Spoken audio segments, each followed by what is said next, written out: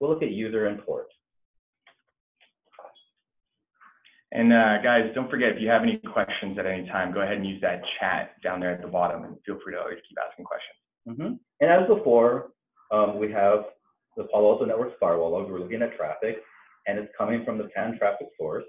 We have very similar things coming up. We have source IPs, destination, some stacked, or you can change it to group visualizations. You can dig into it. We've got the destination ports now, in addition to the users that we had before. So you can tell, is this web traffic? Is this, you know, for anybody who still has an FTP server, is this mail traffic? We can dig into that and find out what's going on, where that traffic is going. And we have some nice new visualizations here that show you over time the source IPs and the amount of traffic that's flowing through them. And we have this nice stacked visualization that's showing over time the same thing. We're seeing the traffic over time by destination. And again, we see the data table that contributes to those visualizations. Yeah, wow. Yeah, as you guys can see, there's tons of these visualizations, and they're beautiful. They're all colorful and stuff, which is fantastic. And these visualizations are getting populated because when you type in a query, like Kyle did at the top, can you scroll up to the top real quick, Kyle? Oh yeah, sure. So when you type in that query, pan traffic by source, destination, user, and port, when you type that in, you're quite literally speaking to the insight engine, if you will. You're quite speaking to it, and we generate these beautiful graphs and visualizations for you, but maybe we don't get exactly what you're looking for. But then again, when you're doing a search like this, maybe you're not quite sure exactly what you're looking for in terms of a graph or whatnot.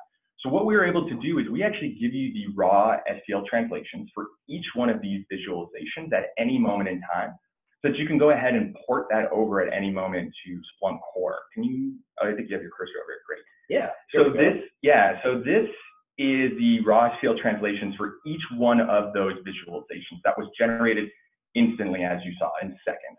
And at any time, you can either copy it and port it over to Splunk Core, or you hit open search in that bottom right-hand corner, and you'd be able to go ahead and open that up in Splunk Core, make any type of changes or adjustments or anything like that.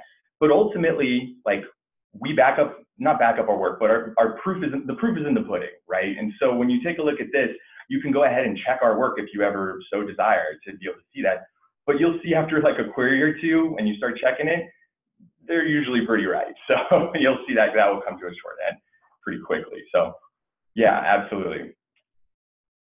Yeah, and what we've got here is we're talking to the Palo Alto Networks firewall data model. And if you want to do a sanity check, we can look at the SPL and see that in the tstats query, we're looking in the PAN firewall data model.